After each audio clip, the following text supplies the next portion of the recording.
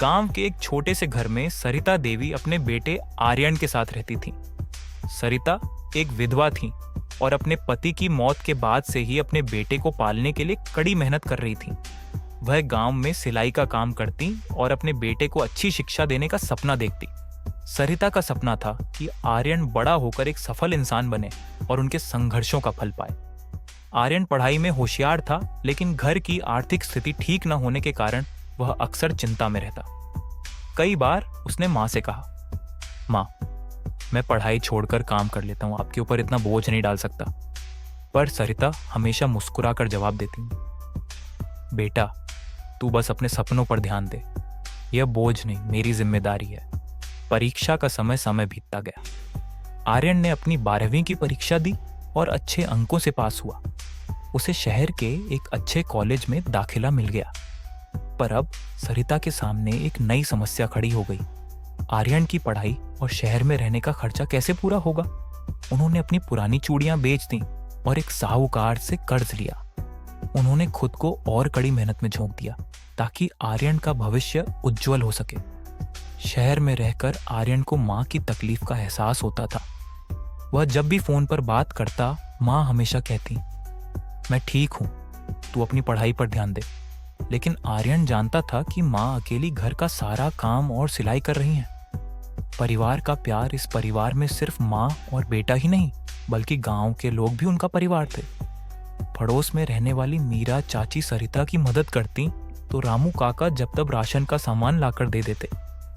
यह सब देखकर आर्यन को एहसास हुआ कि उनके परिवार का प्यार और सहयोग ही उनकी ताकत है। एक बार छुट्टियों में आर्यन घर आया। उसने देखा कि माँ का स्वास्थ्य ठीक नहीं है। उनकी आंखों के नीचे काले घेरे थे और हाथों में सिलाई के कारण घाव हो गए थे। उसने माँ से कहा, माँ, अब और मेहनत मत करो, मैं पढ़ाई के साथ कोई नौकरी कर लूंगा।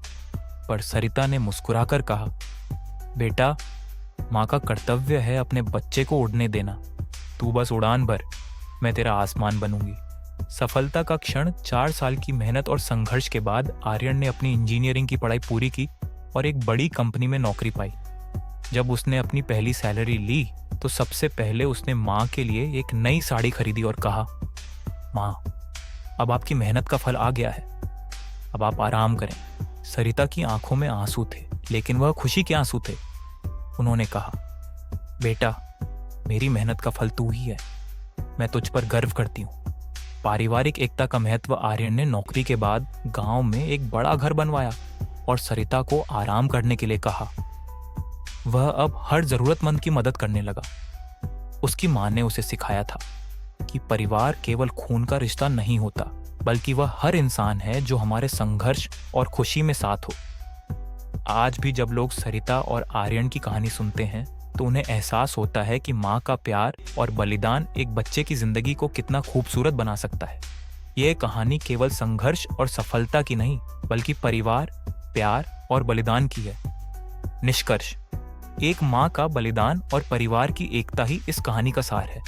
चाहे हालात कितने भी कठिन क्यों ना हो, यदि परिवार एकजुट हो और हर कदम पर एक दूसरे का साथ दे तो कोई भी सपना अधूरा नहीं रह सकता।